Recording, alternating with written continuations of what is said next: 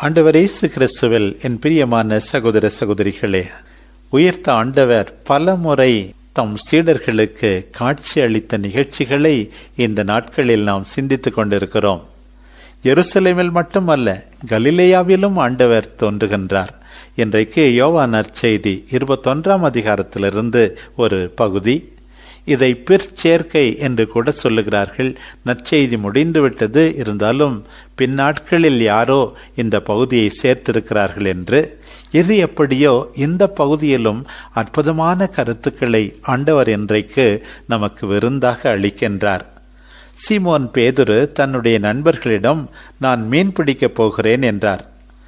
அவர்கள், நாங்களும் உம்மோடு வருகிறோம் என்று போய் படகில் ஏறினார்கள். அவரை சேர்த்து 7 பேர் இரவு முழுவதும் மீன் பிடிக்கப் போகின்றார்கள். ஆனால் என்ன நடக்கின்றது?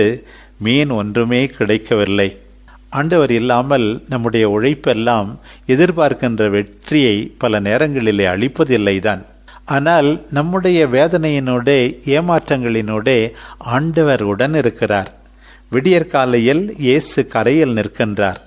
அவர்களுடைய ஏமாற்றத்தை புரிந்து கொண்டவர் போல, பிள்ளைகளே, மீன் ஒன்றும் படவில்லையா என்று அன்போடு அக்கறையோடு கேட்கிறார். அவர்கள் இல்லை என்னும் போது, படகின் வலப்பக்கம் வலையை வீசுங்கள் என்கிறார். அவர்களும் கீழ்ப்படுகிறார்கள். என்ன அற்புதம்! வலையை இழுக்க முடியாத அளவுக்கு மீன்கள் கிடைக்கின்றன. இந்த அற்புதத்தை கண்டவுடனே ஆண்டவர் அதிகம் அன்பு செய்த சீடர் அவர் ஆண்டவர்தான் என்று அடையாளம் கண்டுகொள்கிறார். பேதுரு உடனே தம் ஆடையை களைந்து விட்டிருந்ததால் மரியாதையோடு ஆடையை கட்டிக்கொண்டு ஆண்டவரை அணுகிச் செல்லுகிறார். பாருங்கள், உயிர்த்த ஆண்டவர் ஒரு சமையற்காரனாக அவர்களுக்காக மாறி அங்கே காத்து கொண்டிருக்கிறார். ஏற்கனவே கரி நெருப்பு மூட்டியிருக்கிறது.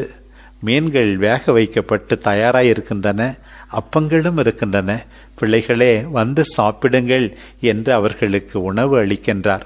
அது மட்டுமல்ல, நீங்கள் பிடித்த மீன்களையும் கொண்டு வாருங்கள் என்று அவர்களுடைய உழைப்பை மதிப்பது போல அவற்றிலிருந்தும் சிலவற்றை எடுத்து சமைத்து கொடுக்கின்றார். அந்த வலையில 153 மீன்கள் இருந்தனவாம். பாருங்கள், இந்த 153 பற்றி பல்வேறு விளக்கங்கள். அந்த கலிலேயா கடலிலே இருந்த மீன்களின் வகை 153ஆம். ஒவ்வொரு வகையிலும் ஒரு மீனாம். இன்னொரு பக்கம் உலக மக்கள் இனத்தார் அத்தனையும் 153 இனங்களாக இருப்பார்களாம்.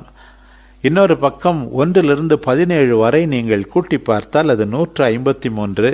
எனவே ஒரு வேர்த்தல எல்லாருக்கும் ஆண்டவருடைய அவையிலே இடம் உண்டு. ஆண்டவரால் வெறுத்து ஒதுக்கப்படுபவர்கள் யாரும் இல்லை. ஆண்டவரை ஏற்றுக்கொள்கிறவர்கள் அத்தனை பேருக்கும் மீட்பு உண்டு என்பதை உணர்த்துவதாக இந்த மீன்களின் எண்ணிக்கை இருப்பதாகவும் விவிலிய அறிஞர்கள் சொல்லுகிறார்கள். உயிர்த்த ஆண்டவரை நாம் உற்று பார்க்கிறோம். எந்த அளவுக்கு அக்கறையோடு அன்போடு தாழ்மையோடு செயல்படுகிறார் என்பதை.